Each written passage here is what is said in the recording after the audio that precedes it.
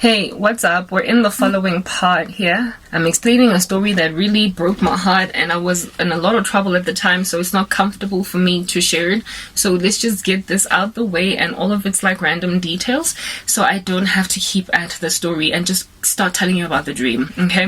So this like licentious guy that pinned me against the wall and slapped me with a kiss, it was a slap, I didn't see it coming, alright, was doing that because he had taken me somewhere where he was trying to lay with me. So his friend was ahead of us, I told you guys that, right? And I overheard his friend, after I got out of that random assault of a kiss, okay? I overheard his friend talking to the owner of the house. And this dude sort of kind of kept me at a distance, right? But I could overhear anyway. And the owner of the house was like, "Hayi namhlanje ndoda ufikile ubuyile imeli buyile, so not today." So what that means in English is, not today, dude. My wife came back, or my girlfriend came back. I didn't expect I didn't expect her to come back today, but she's back. So you can't bring chicks here. The last sentence that he said, and I believe I'm quoting him verbatim, was, "You can't bring chicks here because the wife is back," or the girlfriend, the living girlfriend, whatever, is back. At which point I was like, oh my goodness, did this dude just bring me to one of these boys' houses whose wife is on a business trip, or whose girlfriend is not home for whatever reason? And when his wife is not home, or when their wives or when their girlfriends are not home, that they are cohabiting with, when they're not home, they allow their friends to bring side pieces there, like women, maybe even prostitutes, to just like ram into for the night and then go home. It was literally like a whorehouse. Not a whorehouse, but the guy stayed there with a woman, but he allowed his boys to ravage the sheets of that woman with strange ladies so that they don't have to go to their own houses. These were men, like I told you, late 30s, late 20s, early 30s, with established careers. They were living in that Lani neighborhood, so they were doing really well. And I believe I learned after the events that happened afterwards, that guy was married. He was not wearing a wedding ring. I came to a conclusion that he must be married. If not married, then he must have imeli with whom he lives at home. Uhlala naye lo muntu, okay? Endlini. Yeah. So when I overheard, "You can't bring chicks here because the wife came back, didn't expect her to be back, so you can't be bringing no side pieces here," I instantly understood that I've literally been brought here to be devoured. And it grossed me out and freaked me out, but I had to keep my cool because they're my ride. I don't have a car. I don't have money to get back home. I'm broke. So I gotta keep my cool. Otherwise, I will be abandoned. Do you understand? I will just be left there. So I was already coming up with scenarios at the top of my brain as to what, look, I've always been smart. Even if I made that dumb decision, I was not the kind of girl to just like give my body to a guy in J that I met 2 days ago. Like, I was not about that business. I literally thought that I could use my pretty face, and just because I'm so pretty, guys would just be giving me freebies without expecting anything in return. Well, this one time I encountered the kind of beast that I needed to meet to never do that again. It was a wealthy warning from God, even though I didn't know him at the time, and it worked. It literally edged sense into my head to never ever do anything like that ever again, thinking that I can be using my pretty face. Next time I'm gonna get raped anyway. So I walk out, this dude, him and his friend, we walk out of that yard, okay? Go back outside where the car is parked, okay? And him and his friend, like, guys, some men think that just because you're young, that you're dumb. Like, they literally equate youth with dumbness. I've always been an incredibly intelligent woman, whatever the age that I might be, and also largely very mature. But they literally got in a corner and skinned with each other, clearly in a way so as to suggest that they didn't want me to catch wind of what they were talking about, and they expected me to not imagine that something ominous and dark was being plotted against me by them. They literally huddled together, and you could tell that they were talking about, and you know, like when people are gesturing in a way so as to suggest they don't know what to do now, like they're scratching their heads, they're like really trying to think, what are we gonna do, what are we gonna do, what are we gonna do? They were in a corner huddling, having a conversation, looking like that, gesturing like that, mannerisming like that. And I was like, these guys are trying to find, at this stage I'd already determined or decided what they're trying to do with me, and I was not about their business. I literally was not about that business. But you know, they were still negotiating between themselves to hurt me in this way, the one guy anyway. and as I was in a corner, busy by scratch I was literally sitting where I was sitting in my constitution on some, I'm gonna make this guy take me home. I'm gonna make this guy take me home. I know what they're trying to do. I'm gonna make this dude take me home.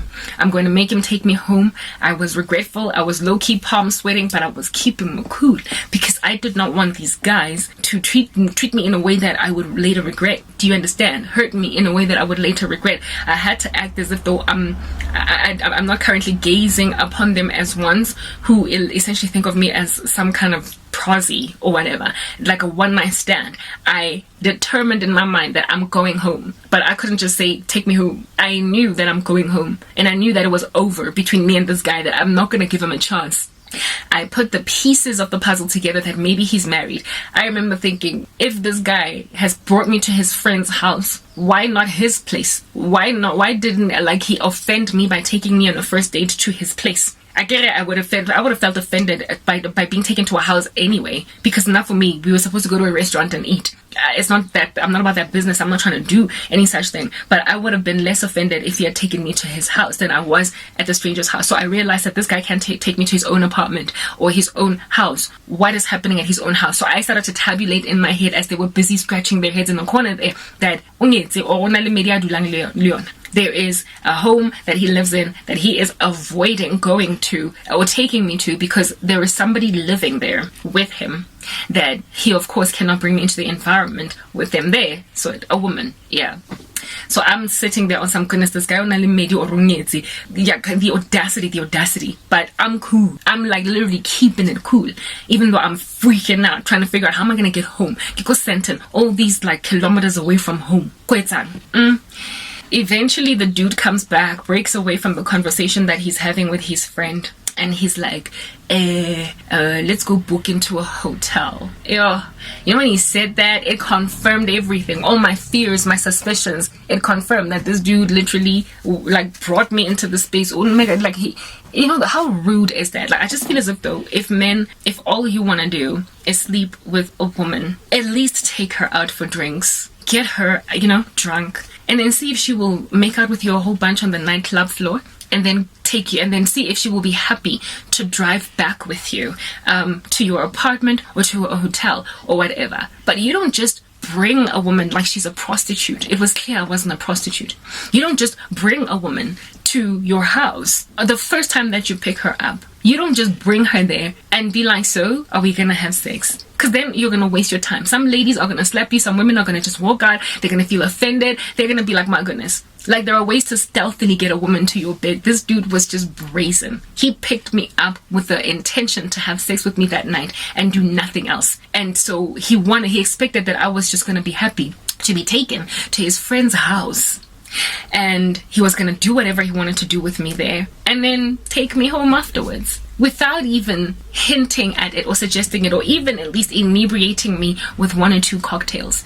He didn't even feed me first. Literally, he treated me like a prostitute. I was like, yo, kanti banjena. Ever since that day, I stayed clear from older men. Like, I was like, they are nasty. They are nasty. And in the job that I worked, by the way, my boss was like that. My boss was an older man that we had seen with my colleague who was my age, cheating on his wife flagrantly with every random Jane that came into the store. He would pursue the girls that were working at Rosebank.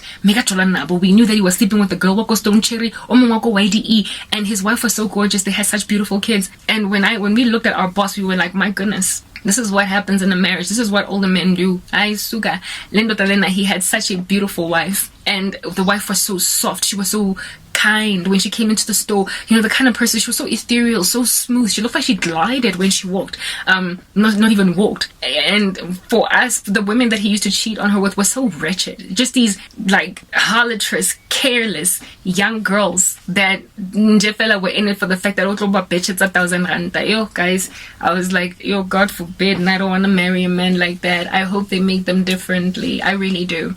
So I essentially had encountered my boss. But in these guys, hey, yeah, I thought my boss was just the boss. He was the dude that was over me, and he wasn't trying to do anything strange with us because we were his staff. But I found my boss. We were the only girls that he was not flirting with because we were his employees. But every other little girl that worked in every other store here in the mall, he was all up in their business. So he was able to at least keep it professional. But I mean, yeah, literally all I could think about was my boss. I've got my boss version, tantamount, another alternative mode of him that has taken me out on a night, and he intends to just ram into me and go back home to his beautiful wife and act as if though nothing is wrong. He was happy with his wife, but he was not happy enough, I guess. I've seen things, next part.